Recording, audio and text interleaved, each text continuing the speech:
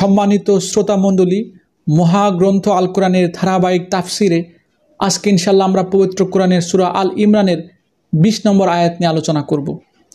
এই আয়াতে মহান আল্লাহ রাব্বুল আলামিন বলেন, ফাইন হাজ্জুকা ফাকুল আসলামতু ওয়াজহিয়া লিল্লাহি ওয়া মানিত্তাবাআনি ওয়া কুলিল্লাযিনা উতুল কিতাব ওয়াল উম্মিয়িনা আসলামতুম ফাইন আসলামু ফাকাদিহতাদাউ ওয়া ইন তাওয়াল্লু ফাইন্নামা আলাইকাল বালাগ ওয়াল্লাহু বাসীরুম বিল ইবাদ।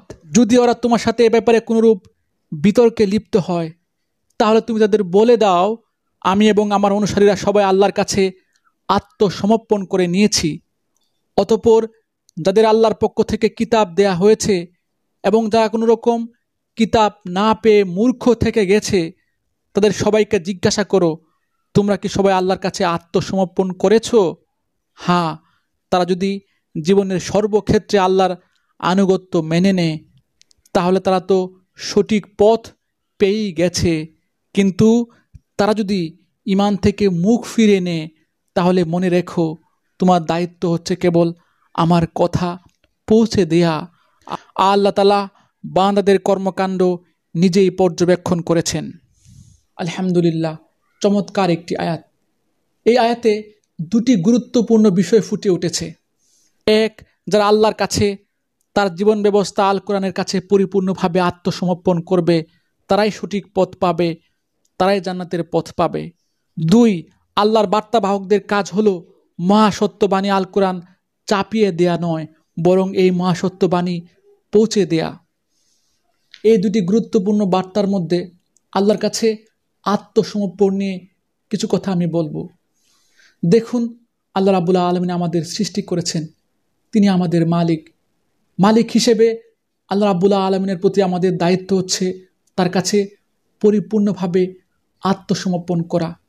আত্মসমর্পণ মানে হচ্ছে আল্লাহর আদেশ নিষেধগুলোর কাছে, আল্লাহর বিধানগুলোর কাছে, আল্লাহর কাছে পরিপূর্ণভাবে নিজেকে, নিজের জীবন ব্যবস্থাকে সঁপে দেয়া। আপনি যদি আল্লাহর কাছে আত্মসমর্পণ করেন, নিজেকে সঁপে দেন, তাহলে আপনার পরিপূর্ণ জীবন, আপনার জীবন ব্যবস্থা, আপনার আইন কানুন দণ্ডবিধি, সর্বোপরি আপনার সামাজিক, পারিবারিক, রাষ্ট্রীয় সকল ক্ষেত্রে আল্লাহ যেখানে যা বলবেন, আল্লাহ যে আদেশ দিবেন, সেই আদেশগুলোর ক্ষেত্রে আপনি নির্দ্বিধায় তা মেনে নেবেন। কিন্তু দুঃখের বিষয় হচ্ছে অধিকাংশ মুসলিম জাতি আল্লাহ রাব্বুল আলামিনের কাছে মুসলিম হয়েও পরিপূর্ণভাবে আত্মসমর্পণ করছে না। তারা আংশিকভাবে আল্লাহ রাব্বুল আলামিনের কাছে আত্মসমর্পণ করছে। তারা আল্লাহর বিধান নামাজ নিয়েছে, কিন্তু জাকাত ভিত্তিক অর্থ ব্যবস্থা গ্রহণ করেনি। তারা আল্লাহর বিধান হজ নিয়েছে, কিন্তু চোর, ডাকাত, সন্ত্রাস, দুর্নীতিবাজদের হাত পা কাটার বিধান গ্রহণ করেনি।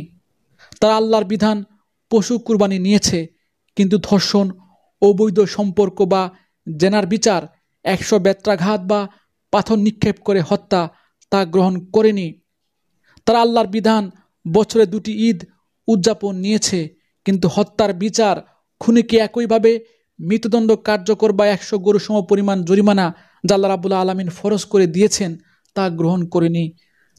তারা আল্লাহর বিধান রমজানে 30 রোজা আন্তরিকতার সাথে নিয়েছে, কিন্তু মিথ্যে মামলা, মিথ্যে চারিত্রিক অপবাদ দানকারীকে 80টি বেত্রাঘাতের বিধান গ্রহণ করেনি।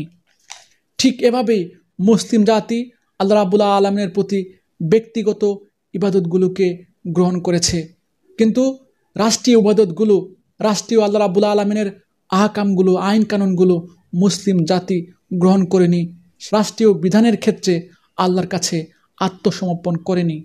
তাছাড়া এই মুসলিম জাতি আল্লাহর আদেশগুলো পালন করার ক্ষেত্রে কিছুটা আন্তরিক হলেও, কিছুটা আত্মসমর্পণ করলেও আল্লাহর নিষেধগুলোর ব্যাপারে তারা উদাসীন। তারা নামাজ, রোজা, হজ, দোয়া, জিকির, তসবিহ, তাহলিল মোটামুটি করলেও আল্লাহর সরাসরি নিষেধ, সুদ, ঘুষ, দুর্নীতি, জেনা, ব্যভিচার, মিথ্যে আত্মসাৎ, ওজনে কম দেয়া, এ সমস্ত অবৈধ কাজ ছাড়ার ক্ষেত্রে তেমন আন্তরিক নয়। এটি খুব দুঃখজনক।